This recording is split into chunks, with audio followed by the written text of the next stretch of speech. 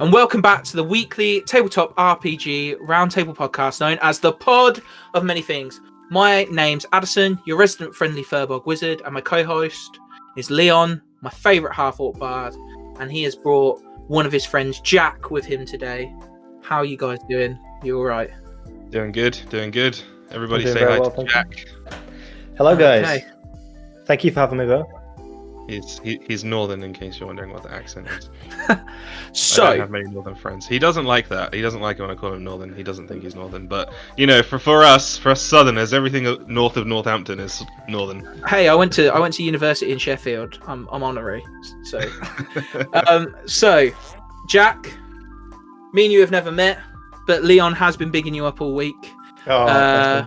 We all know how hard it is to impress Leon, by the way. Like, we all know that he's a harsh critic. So, how about you give us a quick rundown about yourself, maybe how you met Leon, and your experience with tabletop RPGs, and then we go from there and see where we go.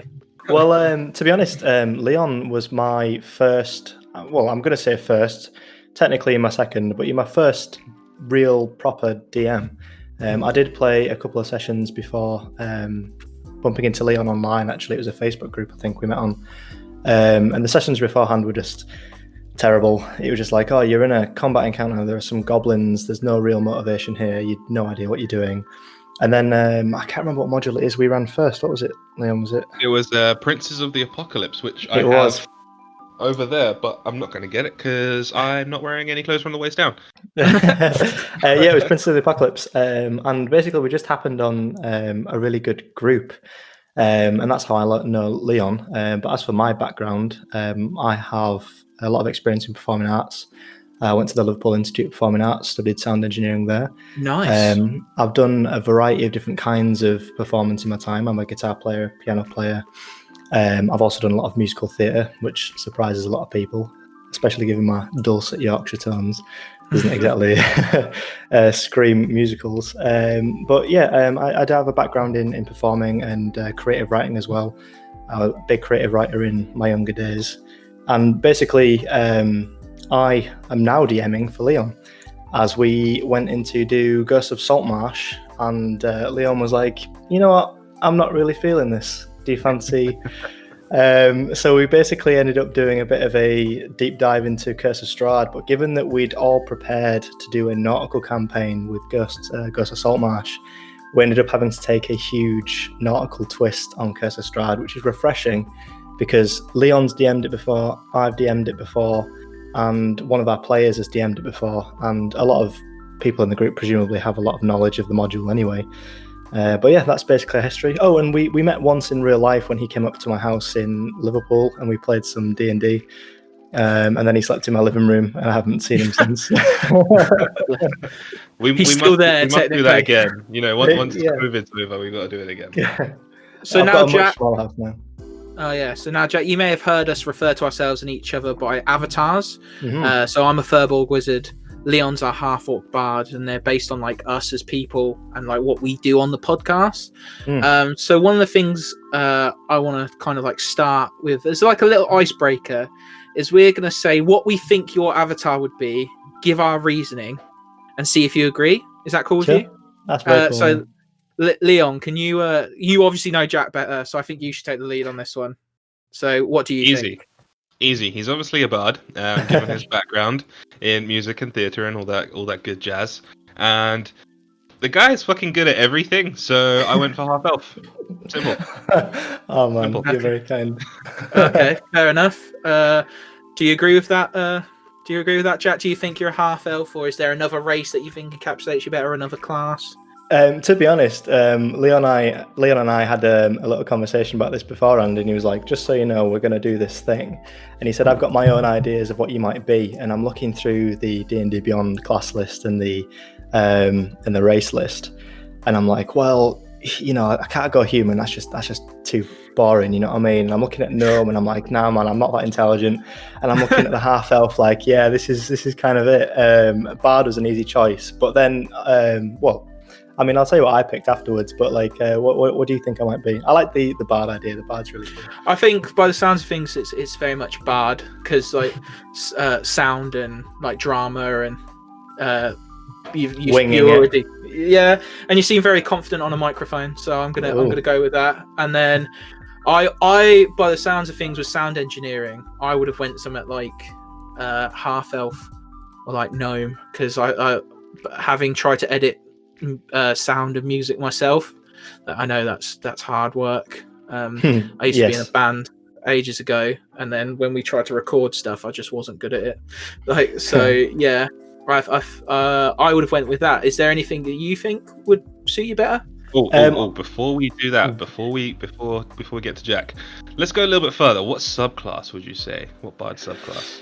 Oh. All right. So we've got glamour, lore, swords, valor, and whispers.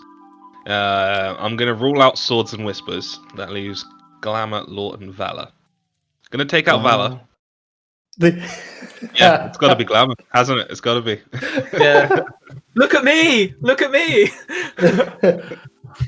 I know this sounds really awfully presumptuous of me because we've only just met, but I've always thought that about the glamour bard. They're that guy who like has one of their abilities is literally a spotlight. Is how I put it. Like, pretty much. Yeah. I mean, I'd gravitate towards lore bard, to be honest, because I have a bit of an obsessive personality, to be honest with you. I find things that I like and then I obsess about them. Sometimes they're short-lived hobbies. Sometimes they're overreaching. D&D, for example, is one of those things. I couldn't find a group for the longest time. Read all the books, read as much as I could get my hands on, and then was thrown full on in with Leon. And at the time, I was a bit of an edgelord. Literally preset number one edgelord. Definitely. Yeah, your first character and your second character was a warlock. Walking razor blade. Well, to be fair, first and second are actually the same character, but between Prince of the Apocalypse, I actually reined him in a little bit. Version 100%. You reined him in a little bit, and then towards the end of it, you reined him back out, I think. Yeah, actually, fair. So we've cracked that. So if we've cracked it, if you believe we've hit it, I say we jump right into it and talk about what we're talking about today on the podcast, which is today we're talking about persuasion, deception, negotiation, interrogation, and intimidation. We're talking all things charisma as we dive into social encounters and their place in the game, how we make them, but not every conversation or passing hello is a social encounter. So Jack Leon tells me you're great at these, and I've heard proof because he sent me a link to Curse of Strahd that you put on SoundCloud or something. Yeah. So it was good.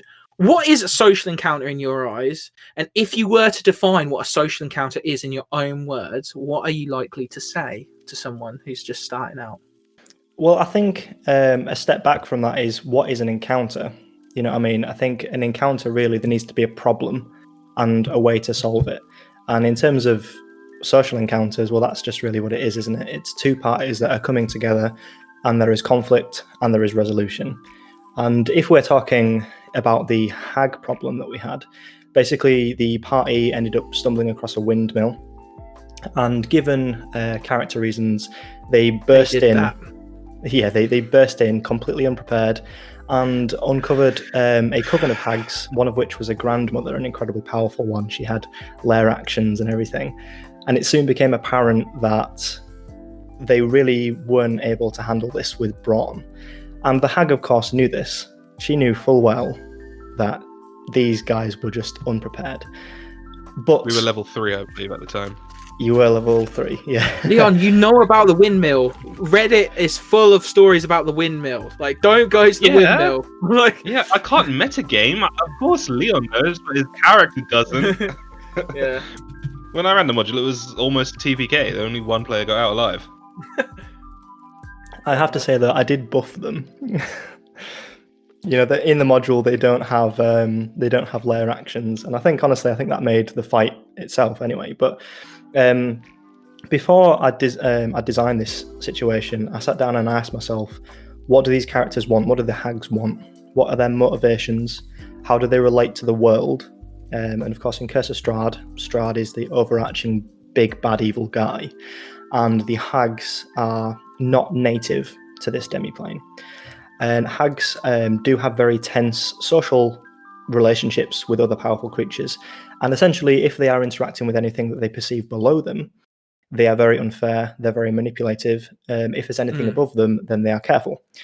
And these players arrive, and she essentially, Morgantha, the lead, the grandmother of the hags, she knows that she has certain things that she wants to achieve. She knows that she can kill these people straight away.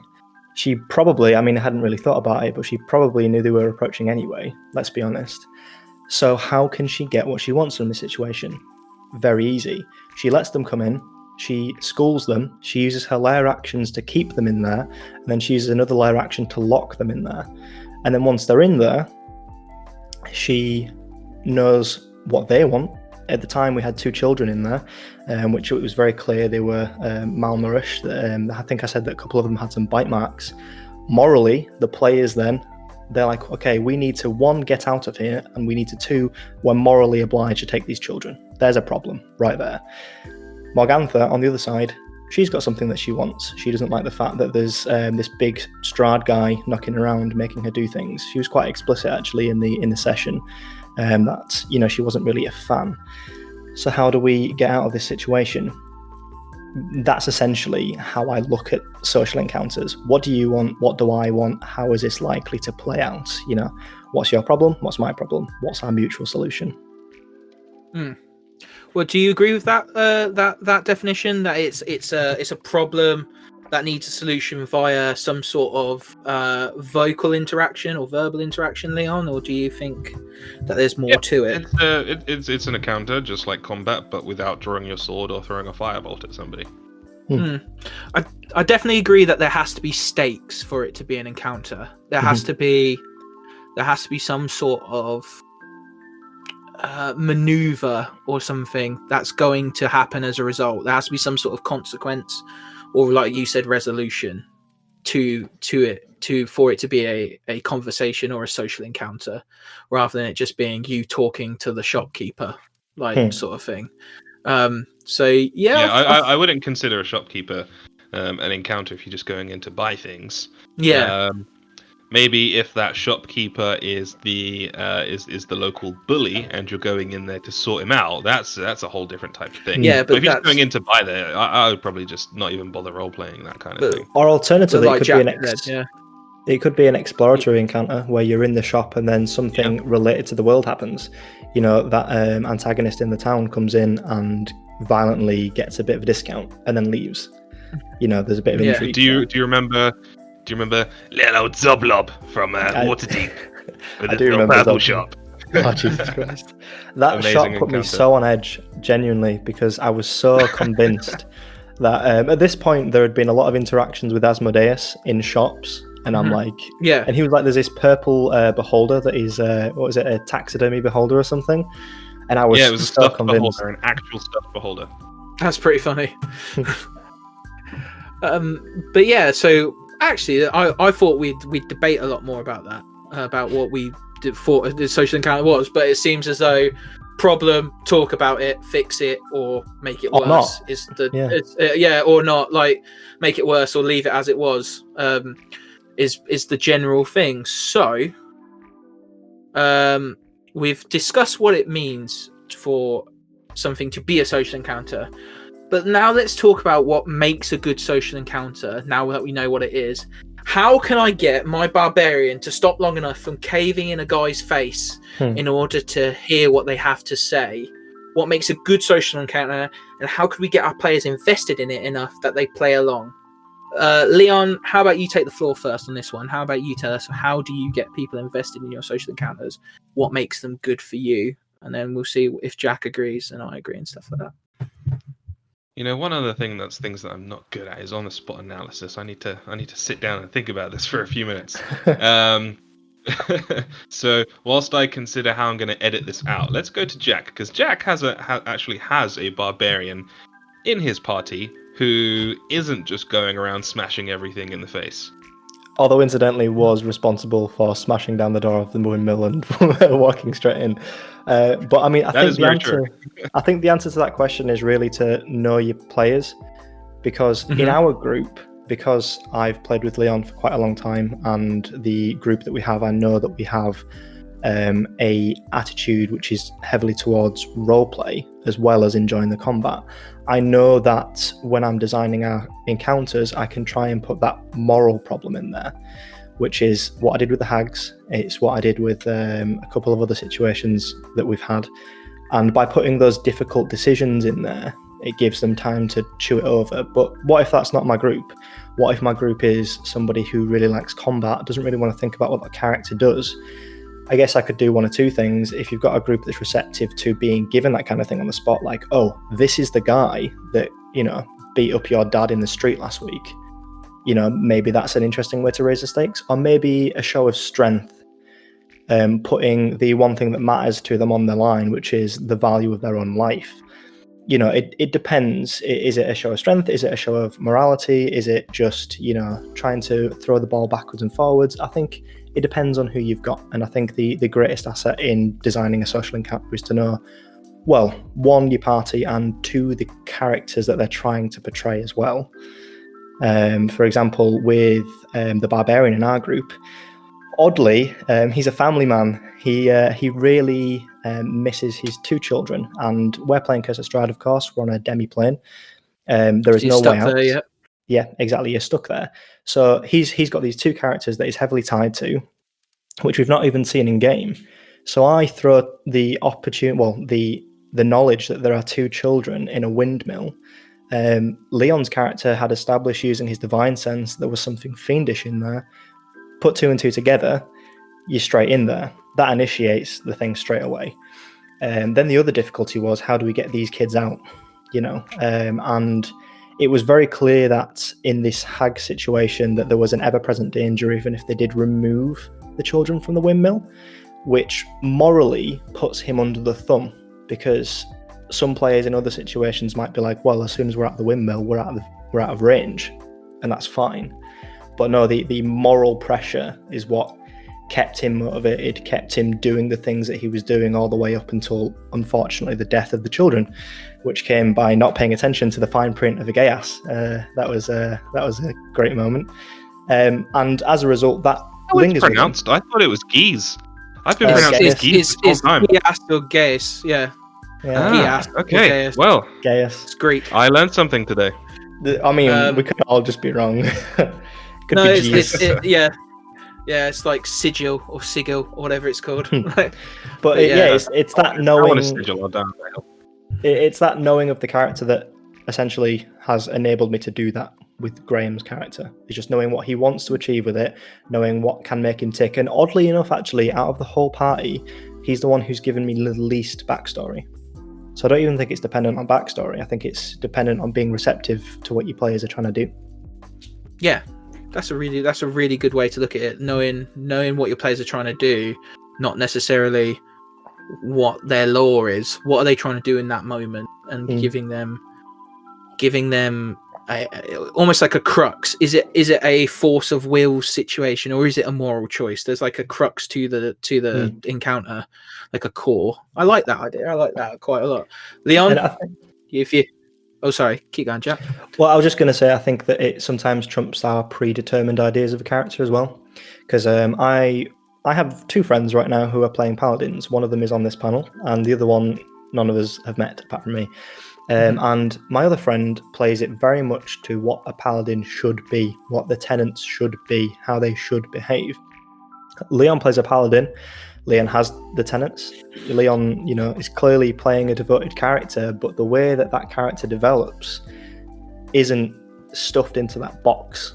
You know what I mean? And by keeping an eye on the kind of curveballs that Leon has thrown me throughout the weeks is really evocative, entertaining, and only by paying attention to what my friend is doing am I going to be able to give him something that he wants, like further wrestling matches. Yeah, and that's a really good point. And I think when it comes to those boxes as well, it's knowing when you can remove the sides of those boxes. You can remove the sides and then let a little bit more spill out into something else or something like that. That's a really good point. Leon, you're on the spot analysis. You've had time. You've buffered. What do you think? Yes, I have indeed buffered. I'm at 97%. So what what makes a good encounter? How do you get people invested in your encounter? I mean, pretty much everything that Jack just said. He talked about knowing what a player wants, knowing a player's backstory. I'm reminded of his character actually, Rowan, when we ran Waterdeep Dragon Heist. His character was an orphan. The only parent that they did know for most of their life had completely disappeared, and they were on a mission to find that person. They had been on a mission to find that person for a long while. And when we picked up the campaign, we started at a place where. Where did we start? The person was still looking for that person, and I put you in a situation where there was somebody who was willing to give you that information in exchange for something. That person being Asmodeus, that in exchange for something being your warlock powers. So yeah, I think it goes back to trying to figure out what makes a player tick. How do you giving them a reason to be engaged in that social encounter? What other characters have I done Rowan-style stuff to? Anyone in the Pocket is a fantastic one. Pocket is a fantastic character.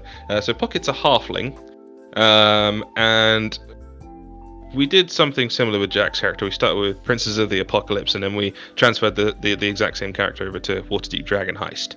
However, when we did so, we did a slight tweak to that character. We tweaked him to actually be a werebore. So he had the abilities to change into a werebore. He had this amulet which allowed him to generate charges as the full moons went by, and this amulet allowed him to use those charges to essentially control his transformations so that he didn't go full-blown evil. One of the situations that I put him in was several encounters over the course of their campaign with the big bad guy, which was Jarlaxle Bainray. And for those who don't want to hear spoilers, this is your warning. 1, 2, 3. He essentially has this hat. Hat of disguise. He can change his form. So there were like 3 or 4 different encounters with him over the campaign that went relatively unnoticed. Nobody really knew it was him until the end. One of those encounters, I was kind of distracted by the fact he wasn't wearing many clothes. Yes, and was trying to seduce not just you, but another member of the party. Wow, multitasking, I'll give him that. Yeah. In his Zador Zord motif. Yeah, one of the situations I put him in, I had that character steal his amulet. Yeah. Yes. So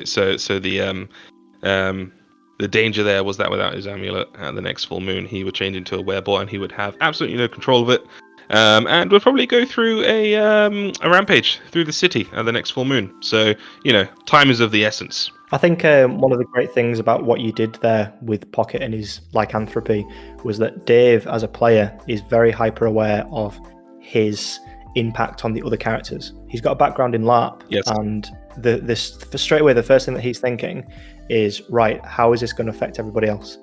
Yep, that's exactly it. And there was one point where Pocket was thrown into jail. I can't remember what for. Do you remember what for? For stealing something? I don't know. It was for stealing something, yeah. Well, he was thrown into jail at some point for some reason, and he was visited by a mysterious figure who now we all know as Jarlaxle Bainray, who said he would give him his amulet back in exchange for something. So yeah, it just really goes back to what Jack's already said about understanding your characters, understanding what makes them tick. I think we've all been quite fortunate, Jack and I, in that the group that we play, we're all really deeply involved in the role play.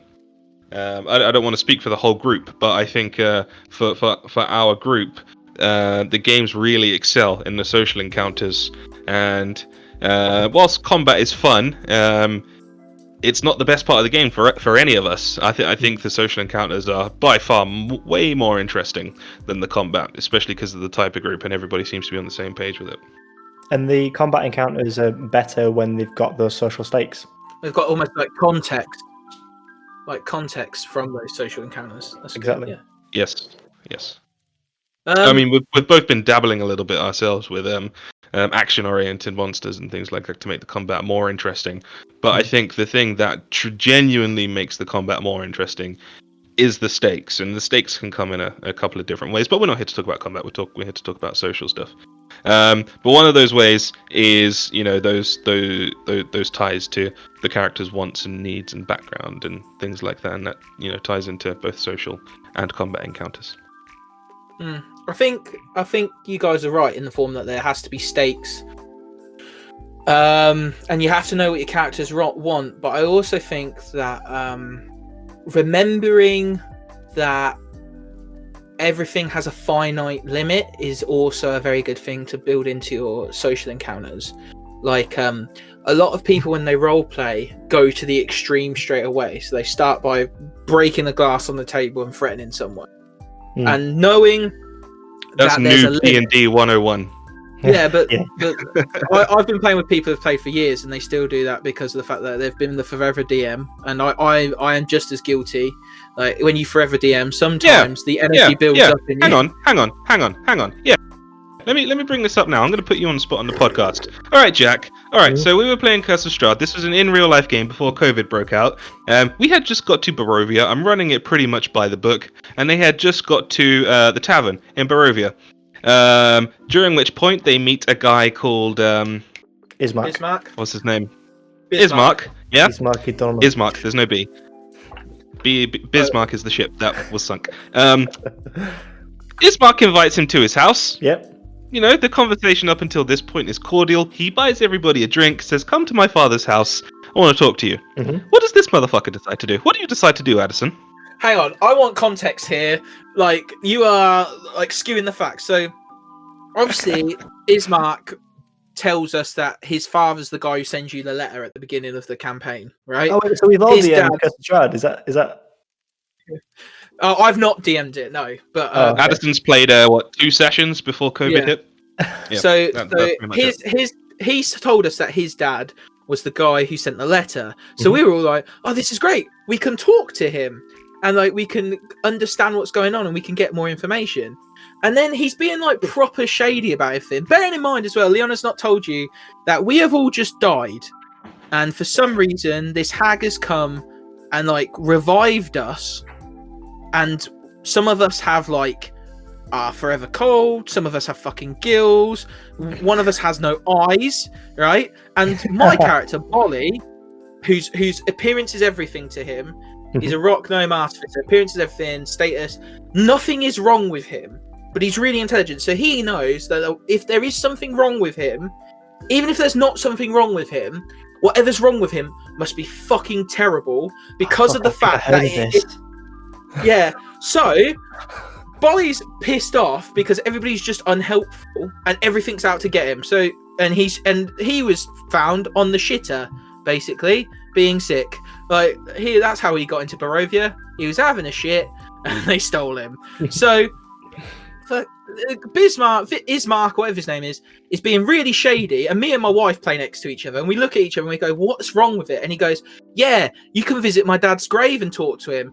Of course I don't want to talk to his grave. I want to talk to a person. I want to get out of this damn hellhole. And he's like, "Oh yeah, I'll take you to the grave." So I just go, "Right, fuck you. I'm fucked off with everybody who's like being dickhead." So I just shoot him in the foot with my crossbow. There you go. And you know what? He deserved it. I'm sorry. That's when you know you've hooked the players too hardly on. He wants to leave, and he wants to leave now. Yeah, he was the first person you met that was nice to you, and you decided to shoot him in the foot. Was he nice? Oh yeah, you can speak to my dead dad. You can talk to his grave and not get any actual answers unless we hold a fucking Ouija board in the seance. No, dickhead, I want a person. He never said any of that. He said you can come to his house and you can stay there for the night. No, he said we could speak to his dad. He did actually say that, and I can get my wife to say. No. He never said you could speak to his dad. He said you could meet his dad, whose body would have been in a coffin in the house had you not shot him in the foot. Oh yeah, because that's whatever, right? I'm not having this argument with you anymore, Leon, because you are twisting me. But yeah. So... No. The only twister here is you. Whatever you need to do to justify your silly actions, Mr. Forever DM. To be fair, I have actually fallen victim to Leon when he plays a character, and that character, for whatever reason, is flawed, but still being nice. And I'm thinking of Volo, because every interaction that we had with Volo, like Volo was being nice, but Volo was, the way that Leon portrayed him anyway, was just so unreliable to like a frustrating extent. And it got to the point at the end of the Dragon Heist campaign where we had actually quite a lot of resources, and Volo turns up wanting to fund an expedition, and I basically just lost my shit. And I just told him to do one. I was like, no, I'm not having any of this. In fact,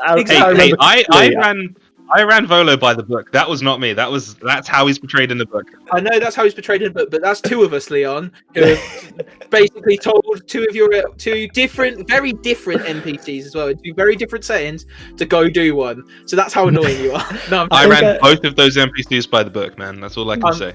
And that is how you run an engaging social encounter, clearly. Yeah, exactly. But that's memorable. The thing as well, like. Yeah, memorable, and like, but that's a limit, isn't it? Knowing that characters have limits, and knowing that Bolly because not just in terms of your NPCs, but in terms of your characters as well. Knowing that there are things that will trigger your characters are amazing ways to get them like involved in a social encounter. Like you said about moral choices. I also think that one of the massive things that you talked about is something that I think is really important for in social encounter is how it even affects those people who aren't involved. So, for example, say two of your party are negotiating something, and some of the other party members aren't there. How is that going to affect those party members when they find out the terms or anything like that, or when they find out? I know it's very topical. This has already happened several times in Jack's Strat game. It happened last night as well. I'm intrigued to see the fallout from what happened last night, but we'll get to that later. Carry on, Adderson. Yeah.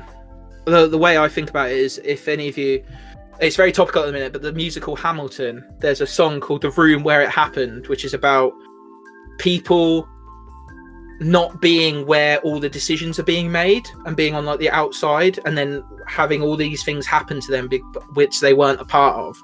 And I think that's like the perfect way to think about like what about the people who aren't in the room at the time, and how's that going to affect them? So I always think about the limits and like the consequences. I'm a very big consequences guy. But I think that kind of thing is really engaging though, because I think if you set that situation up where somebody has to make a decision on behalf of somebody else, immediately then there's weight to it. I mean, if it's a group that care about the other players around the table, immediately there's weight to that. It's like, well, I have a limited set of options. Not all of them are good. I have to choose the best of the worst situations and just hope that everybody doesn't hate me for it. Exactly. But yeah, but I may try and take some of these things into my own practice. Like this is the teacher in me coming out. Like you steal bits from everywhere. So I like your idea about that central crux of a social encounter. See what sticks, see what works.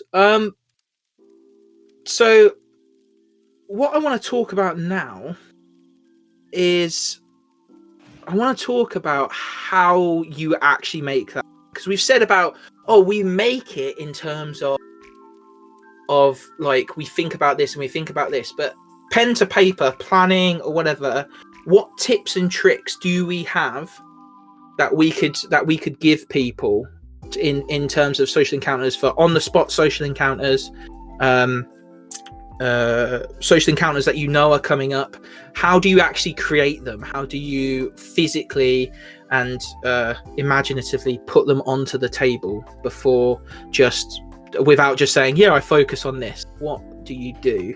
Let's go to Jack first, because we've learned that Leon has a record skip when you ask him a question. I'll go first this time. He's ready. He's ready. Let him. Jackass.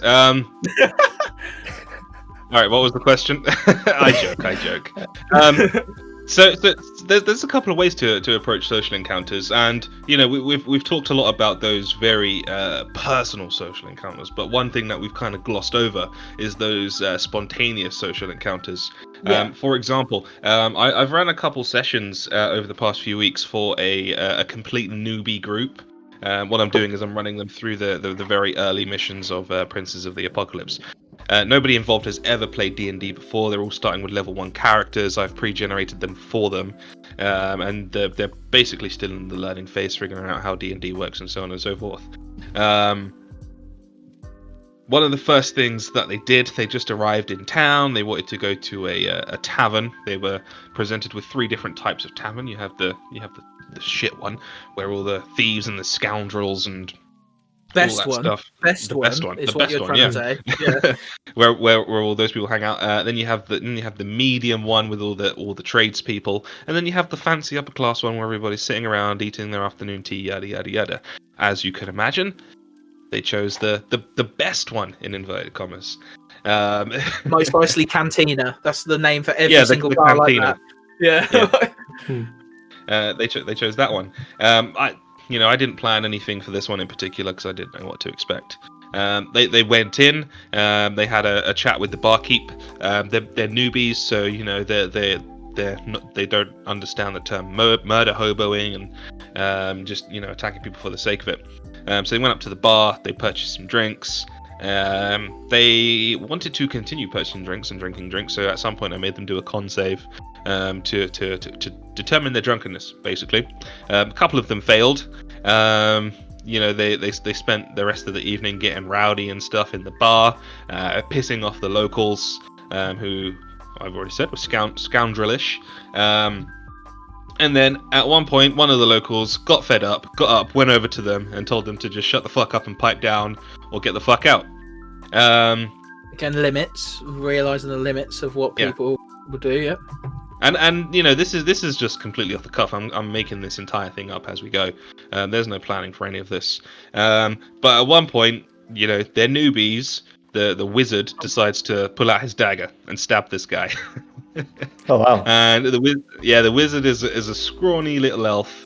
And the guy is essentially a gladiator. If you want to have a look, he's a gladiator in terms of the Monster Manual definition of a gladiator. Stat block. So I'm like, okay, this will be a good opportunity to nip that in the bud right now and not have these guys very quickly descend into murder hoboism and teach them that this game does actually have consequences. So I'm thinking, okay, I'll make him do an attack roll. I'll let him get his ass handed to him, probably do a bit of a bar fight scene. If anybody else jumps in, everybody else in the bar can be gladiators as well, and they can beat the crap out of these guys. They'll learn their lesson. So he pulls out his dagger, and I say, make an attack roll. Natural 1. Natural 1. Great way to learn D&D. Okay. Yeah, so I say to him, you reach to your belt, you pull out your dagger, you run towards this guy, and as you do so, you trip on a floorboard, fall on your face, drop your dagger across the room. As you stand up and look around, you notice the entire bar laughing at you here in hysterics. And they promptly left that bar with their tail between their legs. So that's one type of encounter. That's the spontaneous one. Didn't plan that. Didn't really know where it was going. But ultimately, it turned out to a fun encounter. We're on our second session now, and during that session, they were still talking about that. What happened back in the first session. So almost like your instruction process of that was they need to learn a lesson. So I'm gonna basically use this social / combat encounter to impart that lesson quickly. And then that's a good way. Like if you need to feed them information or teach them something, that's a good way to construct encounters. What about you, Jack? What's your So remind me again of the specific wording of your question, because I've written down a bunch of notes while I heard Leon talk, and I want to just. How do we make social encounters so good? What should we consider when we're actually putting them physically across on the table? Not just these like broad strokes that DMs do when we're like, I think about the players, man. I think but what do we actually do? What's the mechanical thing we do to make them? Well, I guess the first thing I'd want to say is that we need to recognize that this is hard. This is really hard. And that's okay. Let's be honest. Yeah, I've run some terrible social encounters, terrible combat encounters, and I've written some good ones as well. And Leon highlighted the distinction between the planned ones and the unplanned ones. And I don't even think that there is a one-to-one sort of like ratio between which one of these groups is good or bad, which one of them are going to turn out the best. But I do think the best social encounters I've run, planned or not, do depend on knowing the world and knowing what the consequences are. Like before character even comes into it, what is going on, who are the people involved roughly, and what kind of shifting gears kind of thing is going to happen without intervention of the players. And at that point, that enables us to make decisions on the fly. And I guess the second layer to that is character. And I guess if you're doing a planned character, the first thing I kind of do instinctively is look at the kind of creature. What is it by default? How does it default typically behave? And then do a little bit more of a deep dive. And typically I tend to find the character as I'm doing the voice, and those little mannerisms do tend to come out a little bit more. When it's spontaneous, it's straight up just the voice, to be honest. And whatever I find myself doing in the moment, I just lean into. Are they speaking in a lazy kind of delayed manner? They must be a lazy, delayed kind of person. If this is a guard, do they really care about doing the job? Is it better or worse for them to let these people go and not have to file the paperwork? If they do that, if they do arrest them, what's going to happen in the town? You know, and being able to make those quick decisions on the fly depends on what you know is happening in the world, I think. Last night, for example, Leon threw a curveball at me, and we were at the edge of a cove. In fact, he was in the centre of a cove. He was on a little rowing boat, and he was surrounded on all sides by hundreds of undead. Think like Game of Thrones kind of vibe. They're in the centre of this lake, and there's undead everywhere. And given a previous curveball he'd thrown at me, I just gave him a magic item. I gave him essentially a sending stone, which was made out of the wax of the hag's ear. And he pops this in his ear, and he's like, I'm going to talk to the hag. And in my brain, I'm like, oh shit, I got to pull that voice out. Where is that rummaging around in my head? And the only reason I was able to navigate that situation with him in the moment is because, I mean, one, we'd already ran this, but two, I knew what she already wanted. I knew next step, what is the next part of her plan. And it came up much earlier than I was expecting, but I was able to give it to him quickly because she's more than just a creature. She is a person who wants a thing and knows how to get it regardless of the player's actions. And only once then they come into contact, that thing can then begin to move and shift. You know what I mean? So I guess condensing what I've just said is essentially what are the consequences, what are the motivations, and what is going on in the world. And then anything else you can literally just wing. And then after you've had a second to breathe, it's like, all right, cool. Now what happens? You know? Yeah, I quite agree with you in terms of, I think the only like mechanical thing is very strong mechanics that I rely on when not running NPCs that I know very well. So if I make up a spontaneous NPC, or you catch an NPC unawares, even if I know them quite well, is I have like a tag emotion. And think of it as like, you know, in video games when you create characters, slider to like change how their face looks or what the color of their skin is and stuff like that. I think I put that emotion on that slider with like the most extreme version at the end, and then the most opposite version at the other end. And then I like slide them across. And then the second tag word I have is usually atmosphere. So what atmosphere is there at the moment? If we are in a place where everyone is suspicious, that therefore feeds into everyone's interactions. And that's my thing as a writer and as a teacher. Like I know that having those like key traits and knowing that this, and you have to do it with classes all the time, this class is like this, they are this keyword here, and they'll come in this mood either on this end of the spectrum or this end of the spectrum 9 times out of 10. Where are they on the slider? How's that room's mood going to change them, and where's that going to put them on the slider? So that's how I do my spontaneous stuff. So for example, my character's met a Verden. She was a Verden artificer, specializing in explosives, and so she's like one of the new goblinoid races from Acquisitions Incorporated. And her emotion was that she was really excited. She was really excited, and she was quite high on that slider. But on the other side of the slider is apathy, like the fact that she just does not care. And then the mood was excitement because of the fact that they lived in this like sleepy town. They live in like this sleepy coastal town. So the fact that new people had arrived was like traveling quite quickly, and like people were excited about these strange new people.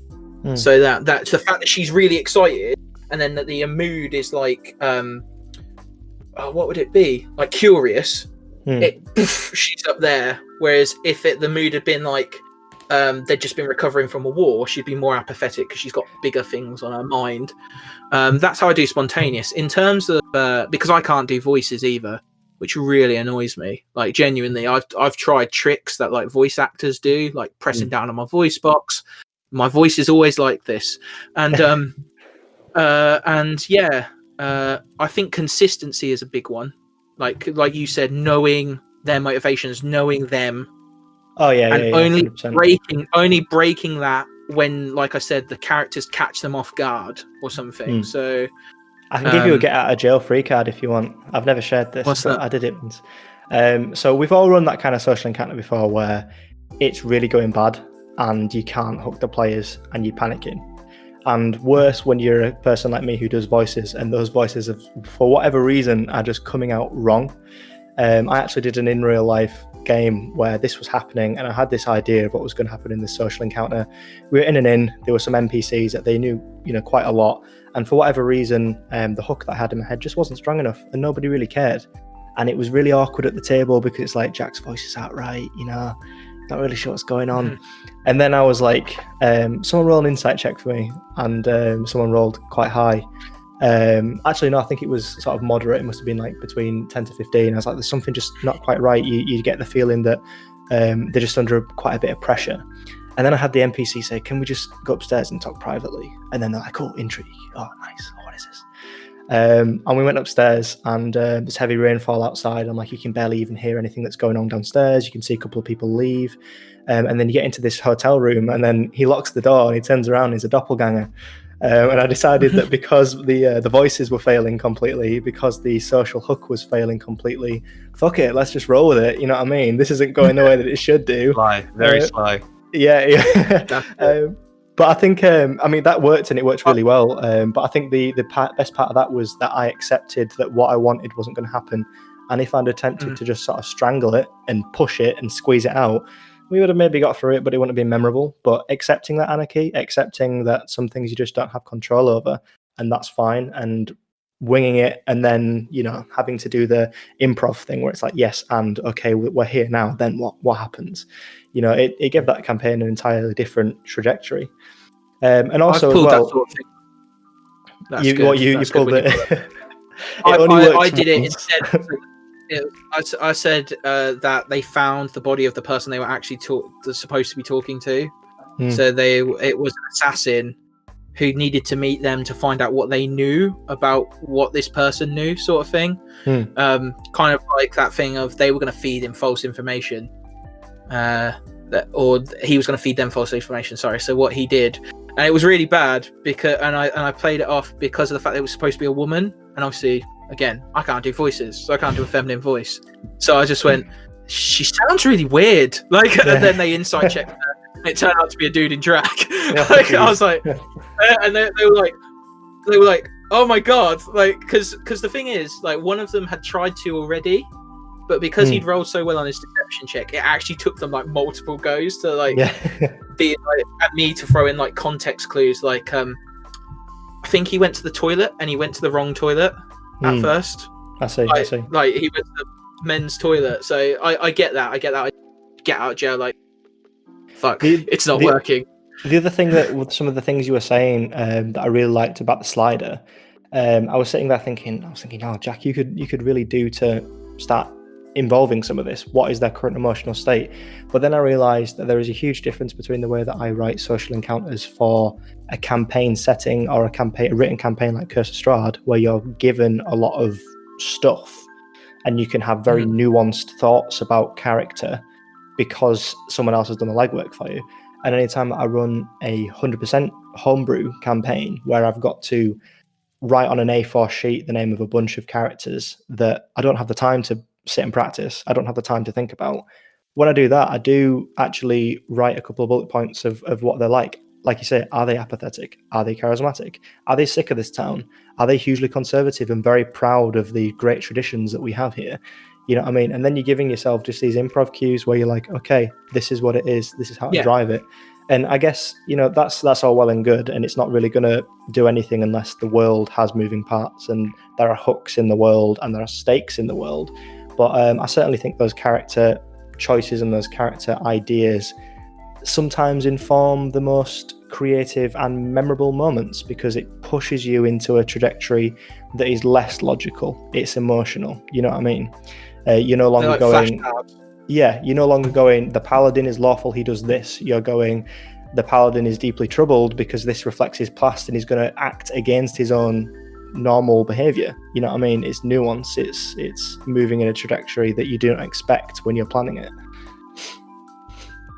Leon, one of the things that I've noticed with social encounters built them is that sometimes they can descend into melodrama because people forget about, like Jack said, nuance, and about like the fact that people are multifaceted.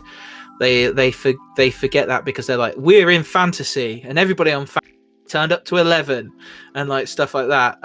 Would you agree with that statement sometimes, that people sometimes forget that like you can have like different shades, it's not just A and B? Or do you think that's a player problem? So what are you saying? Are you saying like the barbarian doesn't need to be a dumb beefcake?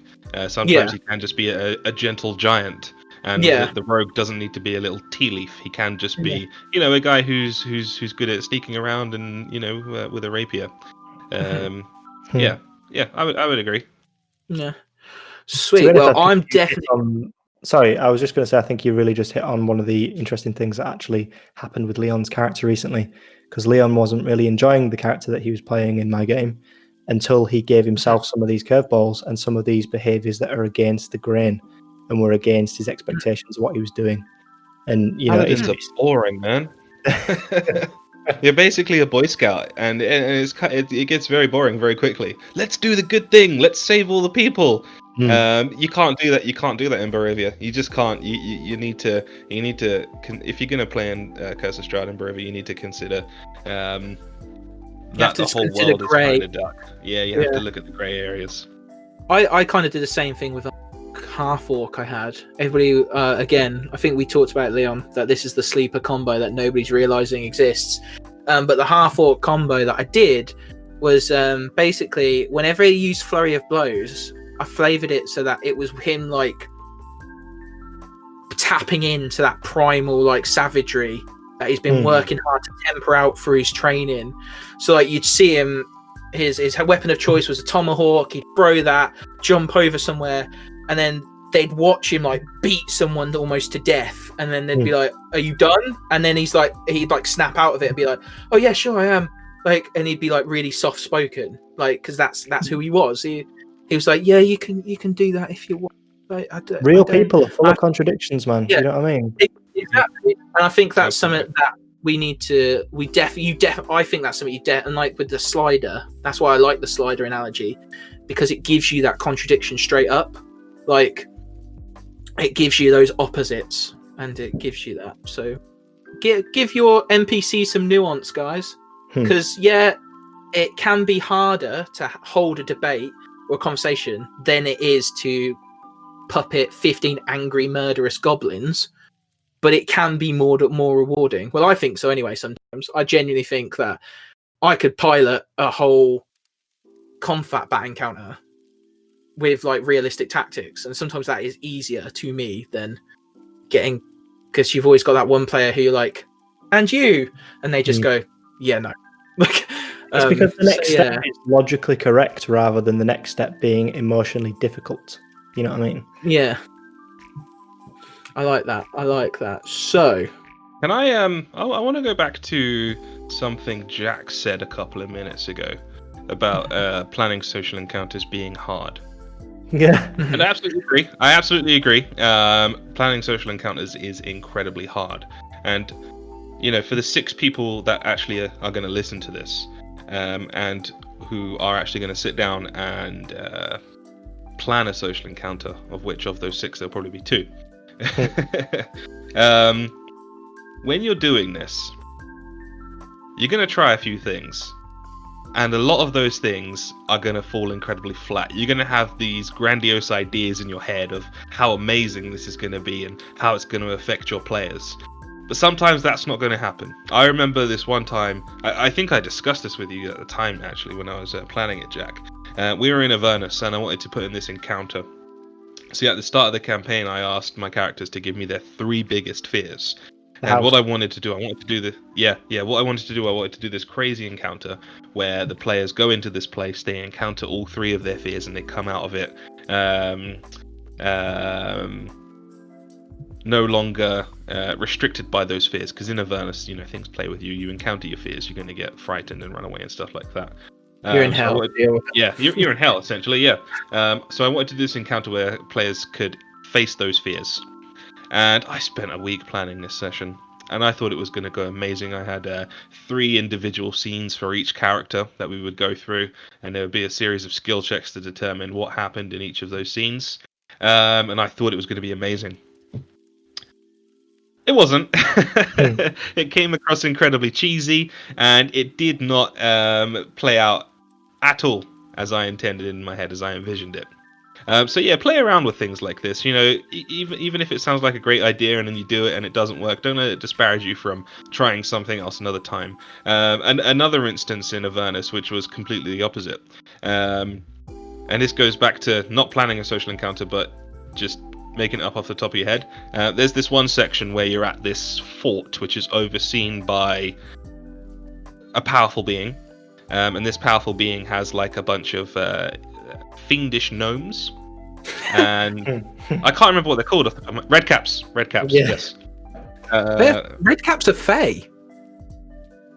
Yeah. It just strikes me as weird. Yeah, they are essentially gnomes, but it just strikes me as weird that they're being Avernus. But yeah, carry on, because that is fucking cool. Well, that should give you a hint as to what the powerful creature is. Yeah. Is it a hag? Maybe. Yeah. I don't know the module very well, so. Yeah, I need to get it. It's a great module. It's a shame I can't finish it because of COVID. Hopefully I can, but at that point it's probably going to be too far gone. But yeah, the players weren't really interested in much of the stuff in this fort, and I'm just running this by the book, so I'm not offended that they're not interested by much of it. But they were interested in talking to these madcaps. I had a really cool voice for them. They would all talk like this. They all had the exact same voice, and there was like 50 of them. This is the voice of Terry. This is the voice of Jimmy. This is the voice of Susan. So they instantly, and I didn't even plan any personalities or anything for these gnomes. I just made that voice up on the spot and ran with it, and the characters absolutely fell in love with them. We spent probably a good hour of that session, the warlock in the group.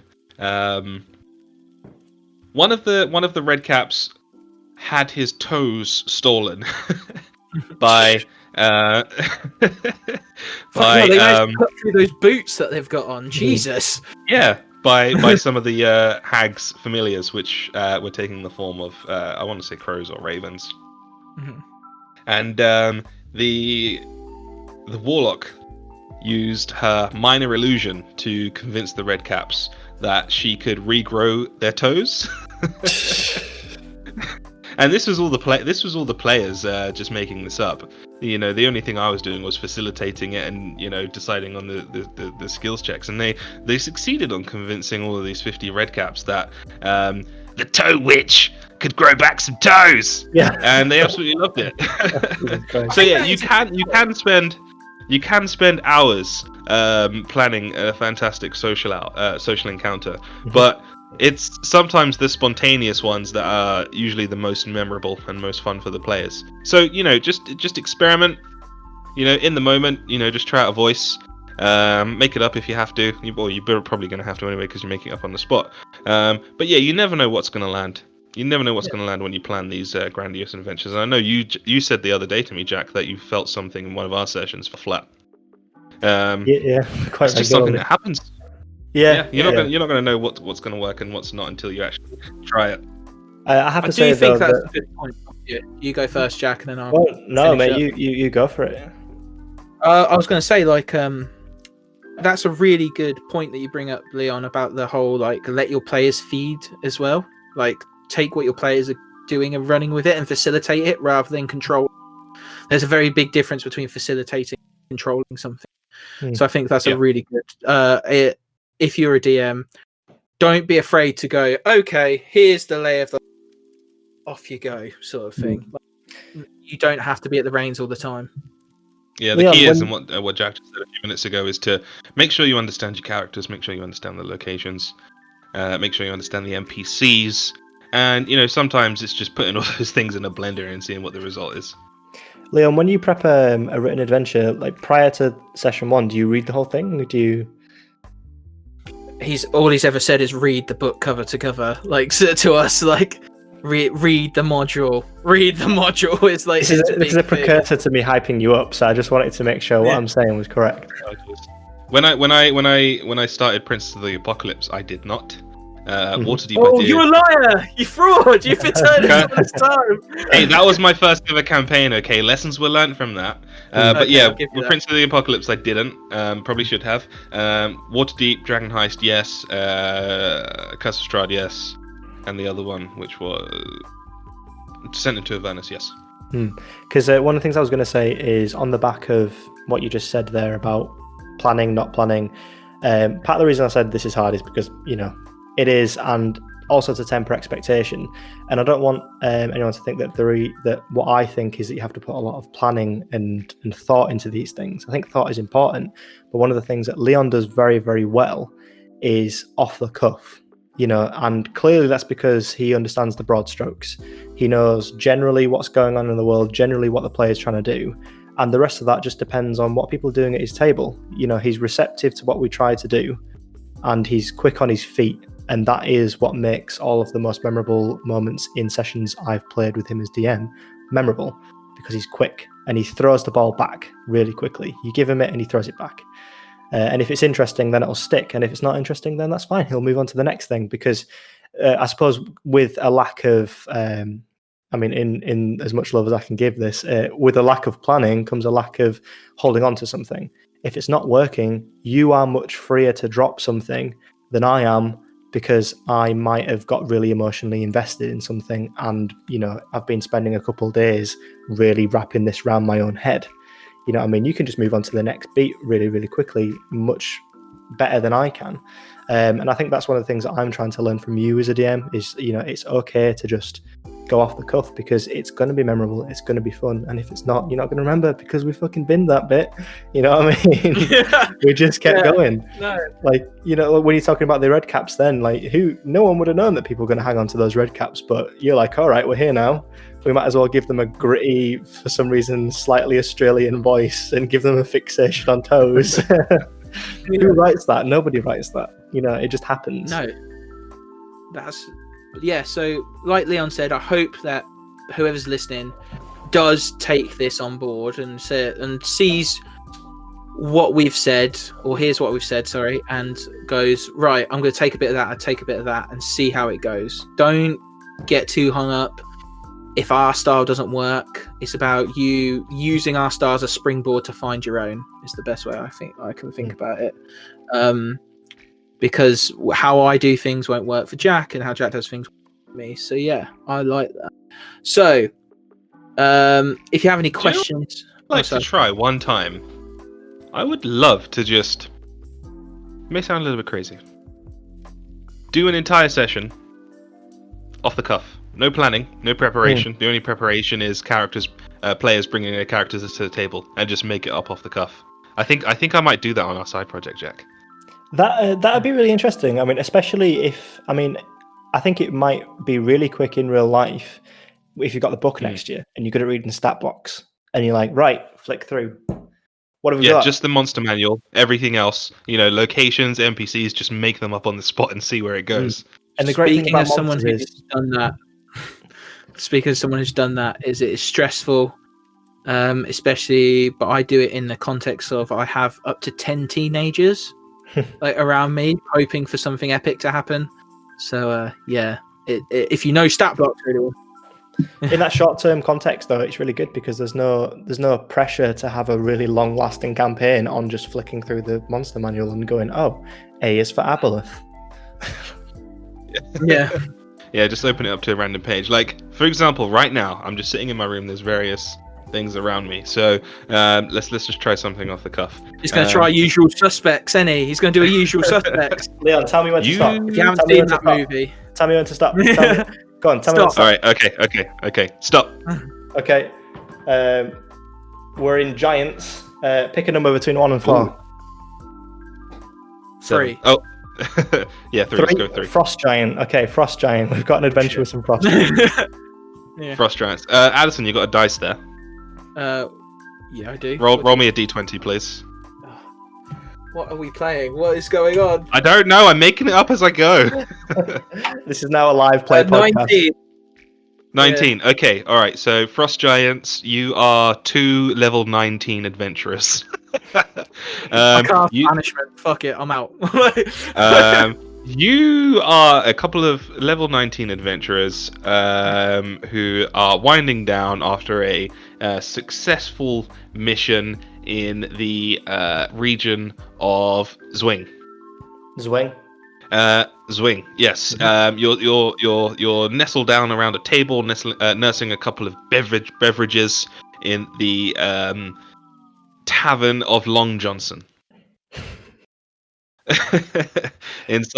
Inside the tavern, it's a rather nice tavern. You know, it's a small town, so it's a rather small tavern. Inside, there's a few denizens. You have Extra, who is the barmaid. You also have Ionboard, who is I wish we had face cams right now. If we had face cams on this podcast, everybody would see the face I'm pulling and be like, I'm trying to get through our podcast, and Leon's just going, are you okay? Can you smell burnt toast? Is that what's happening right now? I may or may not edit this out. I was navigating some of my internal decisions about character. I was like, right, I'm playing Sally the Seagull. She is a druid, a halfling druid, and we've just been to what was the town you said it was? It was Zing. You know, we've just been in a dance competition, and I've been swinging in Zing. But you know, this is just the thing, isn't it? It just like it's an improv game, man. You know. Yeah, you've got to do the and then, and I like you because I took drama as well, and like I know a lot about drama because I teach it as well. Like those ideas of throwing the ball and what are very integral to like drama and improv, aren't they? So those are really. But yeah, I hope that many people enjoy what we're saying, take what we said, see what sticks to the wall, maybe not do what Leon just did. I didn't even finish, man. But no, it was that was going to be amazing, and you just deprive the world of it. Well, they'll never know, and that's the thing. So yes, they will. I'm leaving it in. So Zwing, I'm looking up on my shelf. There's a Lego X-wing. That's where Zwing came from. Johnson's Long Johnson. Leon, how about you? My cotton buds. Ionboard was my ironing board. I just used rhyming and alliteration for whatever I came up with. He uses the Marvel superhero way of naming. Peter Parker. It's going to be done. One day I'm going to DM an entire session like that, just off the cuff, no planning whatsoever. I'm just going to open up the monster manual, roll some random characters. That's what I'm going to do. It's in the ether now, so it has to happen. What I want to do before we head on to the deck of many things and we end the podcast and we say goodbye to Jack, who's actually like smashed it, not gonna lie. I was thinking we could have a bit of story time. We can have a bit of story time. You two obviously play together, so you guys can either share different stories, the same story about a social encounter, a good social encounter. And I've got one. I'll lead because you two obviously have been like mentioning the same sort of thing, and then we'll go on to the deck of many questions. So my social encounter is long ago with my friend Rachel, and she encountered an archfey in the material plane, and he was beginning to become a god, so he would try and amass more followers. he did this was give the party like magical items. Some of them like mundane things, but one of the things that he gave Rachel was a flower that had 4 petals, and if she ate one of the petals, that made her cast the wish spell, and this archfey would come and descend and grant her wish to the best of his ability. And one time they went into an encounter very underprepared. They split the party and it just went to shit. One person died because they jumped off a platform that was far too high into lava. Wait, what? No, whoa. You can't just gloss over that. I need what specifics. Why did they jump into lava? So they were basically they were trying to stop a man from reviving an ancient red dragon in the cauldron of a volcano. And one of the ways they were going to do this was they were going to take his bones and lower them onto a magic circle with a hoard of treasure to like encourage his greedy soul back to the material plane. And they had all the materials and everything. They were lowering them on the platform. For some reason, one of the characters had like hidden on that platform to get away from some of the guards, and then decided to jump off to join the combat, failed the athletics check, and rolled into lava instead. Because obviously volcano, very hot. So they do this, and somebody else goes down as well, and it's basically coming to a point where they are all in terrible danger.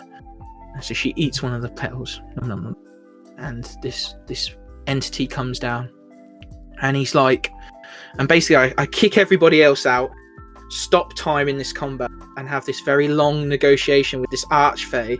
And for those of you who don't know, archfeys are very chaotic, and they are going to do everything they can to subvert what you say, even more so than demons, because they want to have fun. They're not doing it to screw you over, they're doing it to make it what they perceive as more fun. So this guy, the Traveller, for those of you who know Critical Role I was very well, thinking this sounds very Traveller-y. it was a bit before the current campaign, but he's the he was the Traveller in like proto mode when Jester was a kid. And she said, I want you to save my friend. And me and her are alone in this room well, which ones? And he's like, and she's like, well, I want you to save I want you to save all of them. And he's like, not possible, can't do that. Like almost like the robot from Space Odyssey, like, I can't do that, how? Like basically like you get to pick, you don't get everything.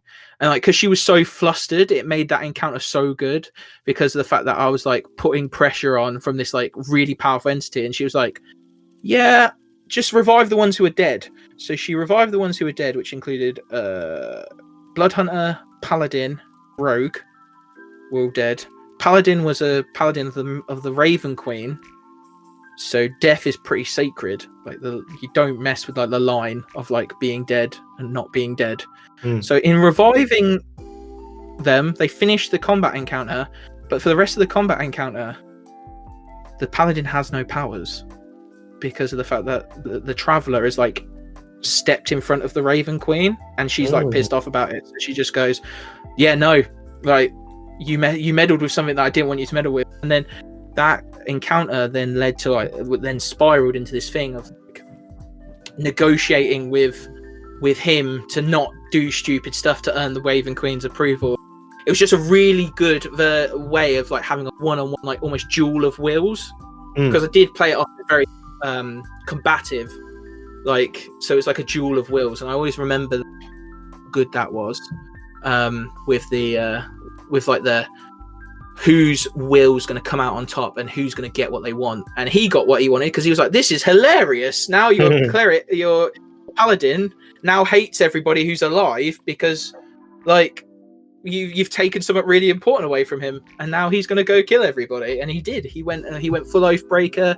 He made a contract with Asmodeus. He like set a temple on fire. It was absolute chaos. I was just there like, excellent. From one conversation, like, and one stipulation of save, which friends do you want to save? The dead ones. Okay. Like, and she even let her know, this is going to piss some people off, you know that, right? Because this isn't where I'm supposed to be. And she was like, no, do it. I don't care. Well, you will. and then he left and just watched, and it was like so good. It was A like conflict this was of Troy's ideals. character. Yeah, this was Troy's character Leon that he mentioned. The fact that I like brought him back in the end as well as like an undead person. Amazing. It was so good. What about you two then? That's my story time. Give us a story time each, and then we'll do this. How about this, Jack? You take one from, I don't know, Princess of the Apocalypse or Dragon Heist, and I will explain what happened in Stroud last night. Okay. I need to think. Social encounters that happened in Princess of the Apocalypse. Why you think of that? There was the kneecap. There was the kneecap incident. I was thinking about the kneecap incident. And I have to say, I have learnt a lot in the many, many years, and please forgive me for my sins. This was version number 1 of this character, and basically we had approached a keep, and for whatever reason we were very hyper aware that there were a lot of cultists operating in the area. In fact, previously we had just been thrown off a tower of some air cultists, I think, and we had come into this tower, very friendly, very pleasant. We had parlayed with them. We'd eaten An with them. amazing encounter. That was entirely social. There was no combat in that. Yeah, it was entirely social, and we spent the entire time talking to them, and despite that they threw us off. So at this point we're already loaded with distrust and already very suspicious, and we reached Riverguard Keep, I think it was, and it was already understood that there may have been bandits in here. We didn't have a lot of information, but again we knew that there were a lot of cultists operating in the area, so perhaps there could be a connection here.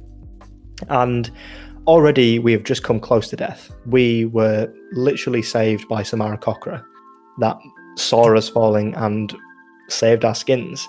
So in this moment I am a player, and my character secondary is feeling very on edge. Like, you lost control in that situation, well, or rather control was taken away from you in that situation. How do we then take control back? And this is all subconscious. So basically what I'd done is we had snuck into the back of Riverguard Keep via the river. We'd come into their small port area, and there were a couple of small boats, and I was playing a warlock, of course, and I was with Pocket, the rogue, and we're both high dex characters. We're both pretty stealthy. I had proficiency in stealth. We sneak around and we find this boat with 2 people on it, and we essentially take them down really quickly. We don't kill them. We take them into the bowels of the ship and we tie them up and we gag them. And my character and Pocket were both having this conversation about, well, what do we need to achieve here? And my character's like, we don't know what dangers are in there. We have just almost died. We can't trust anybody. We can only trust each other. We need information out of these 2. And basically it was a violent interrogation where Pocket stood and watched as Rowan Eldritch blasted at point blank range, to the point where he put both of his hands on each knee of the character that he was interrogating. And at this point I had 2 blasts for the level. I think we were at 5th level. And I let them both go, and I critted. I think I critted. Yeah, you did. And Leon was like, you blow his legs straight off, and he hit 0 hit points very fast. Not enough to like outright kill him, but I can't remember who was with us, but I had somebody it must have been I had somebody heal him and bring him back, and he was like, just kill me. And my character was like, at this point thinking, shit, I've pushed well beyond. I shouldn't have gone this far. What am I doing? I'm the monster. This is doing the opposite of what I want. What I want is information, and I'm not getting it. And I think I said something along the lines of, I'm not going to kill you. I'm going to make you watch as I do the same to your boss over there. And I think they were related. But it was a real mess, man. I mean, if you want to tape that thing and send it to a psychologist, I'm sure they'd tell you a lot of great things about me. But it was interesting because it kind of, one of the things I've been thinking through this entire talk with you both is that Leon has a very interesting skill, and that skill is giving me things that I don't want, that I really don't want. Like, as a player and as a character, I just don't want them. He's seen me come into a situation where I am being successfully stealthy and I am rolling exceptionally high, and I've blown some guy's legs off, and all I want is information, and he doesn't give me it. He just refuses. He's like, no, you have removed, the consequence here is you have removed this man's will to live, and he has no reason to tell you anything because you've already done something beyond comprehension to him. He has no reason. Of course, he hates you. Why would he? And I'm on the other end of the keyboard, like, fuck. What have I done? Why have I pushed this far? And yeah, he has a tendency of doing that, and it's a very memorable moment, not necessarily because of the kneecapping, but because of what the kneecapping represented. It represented a failure. It represented a moral failure, and it represented an objective failure to find out what was going on with that castle. Regardless, we managed to find a secret door, snuck all the way up into it. We found, I just wanted to like fill in the rest here. We found a back door into the throne room, essentially, where the bandit boss was. And at this level, I think I had summon demons. So I just put my hand on the corner. Yeah, summoned lesser demons, closed the door, waited for the screaming to sort of subside, and then went in the room and mopped up. But that was a very memorable moment. A really memorable moment, and it's also part of the reason why I decided to rein it back in. That's an intense moment, Leon. You're itching to tell the story. You've been telling me about it since like 7 o'clock in. Yeah. All right, guys. Shit got crazy last night. Okay, so a bit of backstory. My character is Bastion. He is a paladin of Lathander. For God's sakes, it's this guy again. Yes, it's the character that I had in Castle Strahd. Paladin of Lathander. Subclass was Devotion. Devotion Paladin. That's the word I'm looking for. Paladin of Devotion. Yeah, blessed is the light. Main Bastion. It's very different to the one that you know, Adderson. This time round, he is a Vistani. Grew up in Barovia, grew up in a Vistani camp. Left at some point, I won't go into details on that, left at some point, went back into the regular Prime Material plane, started studying the Morning Lord, as he's known in Barovia, or Lathander, as he's known in the Prime Material plane. Went on to eventually become a paladin, and was happy living his life outside of Barovia. Very happy. Until he was dragged, against his will, back into Barovia. Now, as a Vistani, he is supposed to be subservient to Strahd. He's supposed to do his bidding, essentially. But he has a rather intense hatred for Strahd. He has a rather intense hatred for Barovia itself, and he's been dragged back here against his will. So we've played 6-7 sessions now, and at this point, he's back in Barovia. He just wants to get out, and he knows that he's either going to die here at the hands of Strahd or one of his minions, or he's going to have to fight tooth and nail to get out. And he's been encountering loads of people along the way, all the townsfolk and people like that who have been relatively pleasant. But he knows that the only way to save these people, he's still a paladin at the end of the day. He's still the bringer of light. He knows that the only way to save these people is ultimately to kill Strahd. It doesn't matter about the little minutiae. It doesn't matter about those people in that village being saved. They're likely going to die anyway. The only way to really stop this, to get rid of the fog, to clear it all out, is to kill Strahd. So he's basically, what's the term? He's basically, what's the word when you're making a beeline on one specific thing? He's got tunnel vision.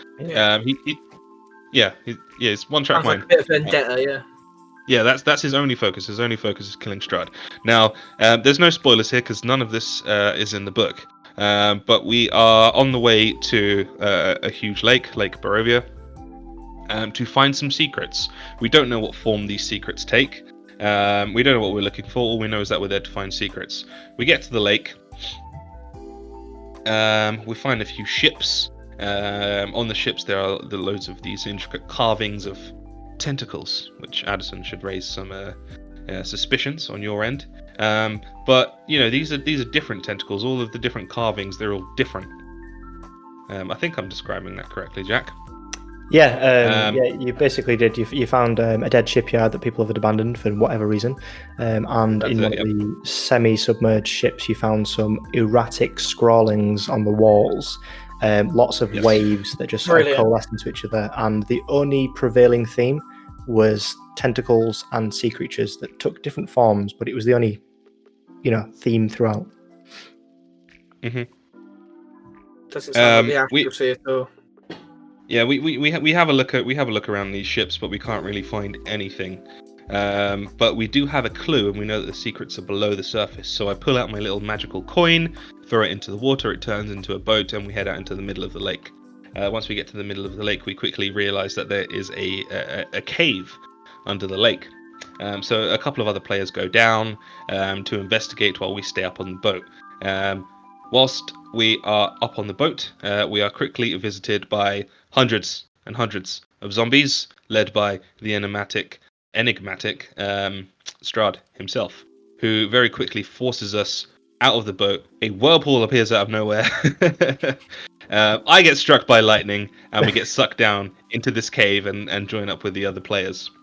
We investigate the cave, and we it's like an underwater cave, but there's a huge pocket of air. We explore that a little bit. We see the zombies, and the zombies are just like on either side of the hallway, just allowing us to pass, despite just chasing us into the cave. So suspicions are something crazy is about to go down. We then continue exploring. We find another pool of water, head down into it. When we get into the water, we start developing the ability to breathe underwater, and we get a swim speed. So yeah, alarm bells are ringing at this point massively. We head into this other cave, and there's this little altar and a knife. Without hesitation, because Bastian just really wants to get these secrets. Yes, I had 7 hit points at this point. I had 17. When I cut my hand and put my hand in the bowl, that took 10 hit points. So at this point, I'm at 7. But yeah, Bastian's entire thought process is, we need these secrets. These secrets are one of the keys to defeating Strahd. So he does all of this without hesitation. You know, if it was a couple of children in a windmill with hags, he wouldn't really care. But because this is one of the things that's going to help him defeat Strahd, you know, he's all over it, no hesitation. So he cuts his hand, puts his hand in the bowl, and a few moments later, an aboleth appears. And none of this is in the book, so I'm confident that it's not spoilers. Alright then. A fucking aboleth appears, man. I kind of replaced the tome with an aboleth. Yeah. So, the aboleth starts giving us memories. The aboleth itself is wounded. He's covered in battle marks and battle scars, and he's got huge gouges missing and whatnot.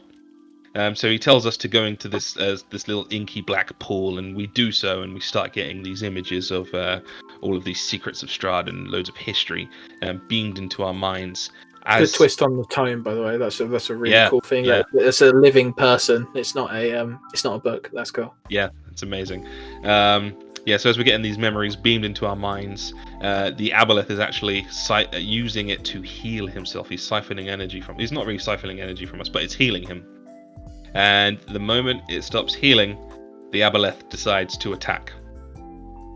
Now, an aboleth is challenge rating 10. At this point, we're level 4. This is a losing battle. Yeah. Okay. Look, Leon, you're at the suffrage of somebody making a combat encounter that's far too hard. Look, well, poor you. After that, he's been telling us, I'd love a retort. Yeah, and this is a losing battle. Bastian can see it's a losing battle. He only has 7 hit points left. There's no way he's getting out of this alive. And if he dies, then he doesn't get to be involved in killing Strahd and getting out of Barovia and getting other people out of Barovia. So, in something that has been a common theme with Bastian's character, he decides to attempt to cut a deal with this aboleth. He learns that the aboleth is prisoned here. Yeah, so he says to the aboleth, okay, you want to get out of here, you want to kill Strahd. I will go and kill Strahd if you let us leave, and then when I've done so, I will come back and figure out a way to free you. And then when that's happened, I will help you take down the rest of the gods that you hate. To which the aboleth accepts. So I take off my holy symbol, which is my breastplate, throw it down into the abyss, get down on one knee, break my oath, forge a deal with this aboleth. My patron is now an aboleth, and I'm a paladin who's broken his oath. It was an amazing moment. I really wasn't expecting it at all. It's Yeah, another example of one of the curveballs that Leon just. When designing that encounter, actually, because I intended for it to be a social encounter, and in the book, spoiler warning, the Tome of Strahd essentially delivers exposition, which is supposed to be valuable to the players, but in practice isn't, and it always kind of falls flat. So I thought, well, what is the best way to do this in a nautical way? An aboleth. An aboleth represents history. It's older than time itself, sure. Then I'm like, okay, why is there an aboleth here? It's trapped here. It's in some kind of jail. And the place that they explored was halfway between a cathedral and halfway between a jail, and the history of which I'm not going to reveal, but it's dubious as to why it's here, and it's clear that it predates Strahd. And essentially, I decided that I did some mechanical changes behind the scenes to make it less of a lethal encounter. And the context there was that for some reason it was deeply wounded and chained. It was a chained aboleth. And it was still representing a very difficult combat encounter, which is possible, or was possible, for them to succeed on if other factors came into play. And the fact is that Strahd, the way I'm playing him anyway, knows how this aboleth ticks, knows that this aboleth has no way of escaping, and the possible ways that it could escape, it is not for any reason going to accept those things. And it has lived and wallowed here in hatred. And they remember every moment of existence with perfect clarity, and they remember the fall of the Aboleth Empire at the hands of the gods. And Strahd deliberately sends down a cleric and a paladin, one who is chosen of Moradin and one who is hugely pledged to Lathander. And Strahd knows that this is going to rile this aboleth up. This aboleth can't go anywhere. This aboleth can't destroy Strahd, has no power, doesn't believe that these creatures in front of him can do it, and is enraged that he would send down somebody that represents one of what the aboleth would consider his greatest failure. So essentially, Strahd has, not intending to kill them, just weaken them and to send them, to shove them down there, knowing full well that they came underprepared, that they have already expended a number of their resources, that their encounter with the zombies has robbed them of some of their health. And there were situations that perhaps they could have taken a short rest down there, perhaps they could have used some of their healing potions, and it might have made this ride a little bit easier. But thankfully, moments before going down there, Leon used the Sending Stone to ring up Morgantha the Hag and make another deal, whereby she removes him out of there within an hour, a convenient amount of time. So basically, given the choices that they'd made and the way that the dice fell, they ended up being in this situation on the back foot. Like, I mean, if you're in front of an aboleth, you're already on the back foot. So, you know, it was even further back there. And I'd already sort of pushed out these themes that the aboleth was stalling. And every time I gave them a memory, there were 4 memories. Between every single one, it rolled to heal. And I was essentially using its Psychic Drain ability, but without sapping their hit points, because I'm not a monster. And with each passing memory, they knew it was rolling dice. They knew that something was coming, and yet they chose to get those further bits of information. They chose to find out specifically whether the very John Constantine you, Leon. I'm going to say you're going to make deals with everybody. Where all their deals that's actually a very, very good description of what I'm doing with Bastion. Very John Constantine-esque. Right, you're going to basically make it so all their deals, so you basically end up fully free, and like, yeah, I'm good, and then they're all going to be there like, what? I got nothing out of this. I'm looking forward to it coming full circle, because essentially, I mean, yeah, he is making loads of deals, and to be honest, that really got him out of there, because I didn't plan it out for this encounter. I had no idea how they were going to get out. I would have liked to have thought, because in the week coming up, I was like, all right, I need a win scenario and a lose scenario. How am I going to get them out in either way? And I sat down and I was like, fuck it, I don't need that. You know what I mean? And Leon is my savior. That's their job. He gave me it. But what was very interesting about that encounter is that there was essentially a fader, and the longer that they listened to the memories and the more information that makes the long-term goals successful, the harder the short-term obstacle. And it was essentially, I think, 70 hit points when you came in, and it was back to full. Oh wow! But exactly.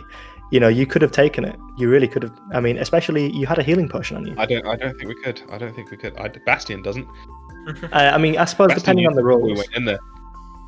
I don't It know. would depend. I don't think we could have taken. I don't think we could have taken the Aboleth. I think it I mean, would have killed us. Don't get me wrong. I did. I want had it 7 to hit be- points yeah, yeah. True. Very true. after using a potion.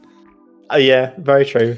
Yeah, I mean, it was rewarding though because basically during the session, Leon was like, "Right, I just need everyone to take a moment out so I can speak with Jack privately," and he just gave me the character motivations. He was like, "I'm here for this one thing, and there's this obstacle in front of me, and it's clear that this Aboleth wants to be worshipped, that it despises the gods. I'm going to do the obvious thing that Bastion would do and forsake my gods to appease the Aboleth and pledge myself to it, so that the pair of us have the power to do what we both want." Sounds there was like a tension, there was a resolution, Yeah. and the other option is sounds like not to kill you all, but whatever. Bless him. But no, that's really good, and those are some pretty epic stories. I feel like mine was pretty bad. Oh, no. So, Anything that involves wishes is always fun. Jack, I would like to invite you to join us in our final segment of the evening, the Deck of Many Questions. Because of how long this has been, and because you're our guest, we're going to allow you to answer our question. It's going to be picked by dice roll from a bank of questions that we have had submitted by users and listeners and stuff like that. And you've just got our answer honestly and as truthfully as possible. If you would like to add your own questions to the Deck of Many Questions, all you have to do is contact us on Twitter, Instagram, Facebook, Podbean, or even in the comments down below if you're listening to YouTube. So, Jack, are you ready? I'm ready. Are you ready? Leon, I need a D4 and a D10 from you, my friend, if you've got them on you. Ooh, And let's... it's a I do indeed. We have number 3. Question number 3.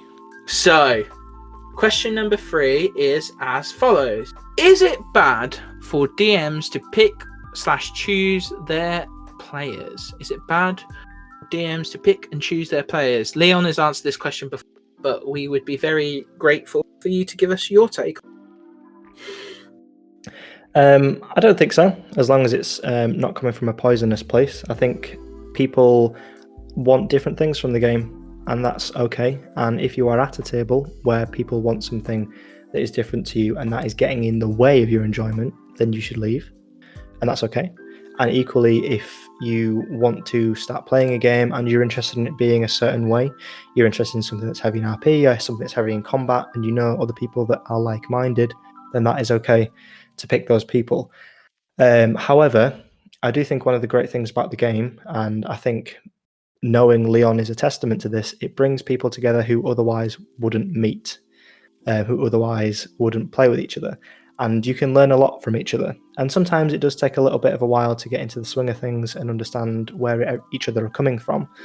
And that's okay. And sometimes you realize that, actually we're not really syncing, and that's okay too. But I think we all come away richer knowing ourselves a little bit better and knowing everybody else and the game a little bit better. So I guess the answer to the question is, I don't know, man, depends, Well, that's it. Thank you so much for letting us have our own little social encounter with Jack today. Jack, I would like to thank you for your incredible insight. You've been very eloquent, and it's been very lovely to have you. Is there anything you would like to plug or promote or say before Leon sees us off? Leon project, is that something you want to promote, or is there something specific you want to do before we go? I mean, I don't really have anything to promote, but I do have a lot of strong opinions about things. And if anybody wants to get in contact with me and pick my mind or tell me that I'm wrong, then I guess they can just find me on Instagram. My Instagram handle is JAK_PETCH, Jack Petch. And yes, that's how you spell my name. My mum's a little bit weird. Okay, fair enough. Leon, let the people all know, where can they find us? Tell them the socials. At PodOManyThings, all one word. Instagram is the PodOManyThings. Facebook is also at the PodOManyThings, all one word. Oh, yep. And finally, audio listeners, podbean.com/the pod of many things. Thank you very much. It's been a pleasure. Good night, lads. I will see you Thank you for having me. next week. Not you, Jack, but I'll see you next week, Leon, with our next guest. Thank you very much. I'm here in spirit. Thank you, Jack. I'm sure we will have Jack Sure. on again at some point. All right. I'd love to be. That's a wrap. Hey, Kat.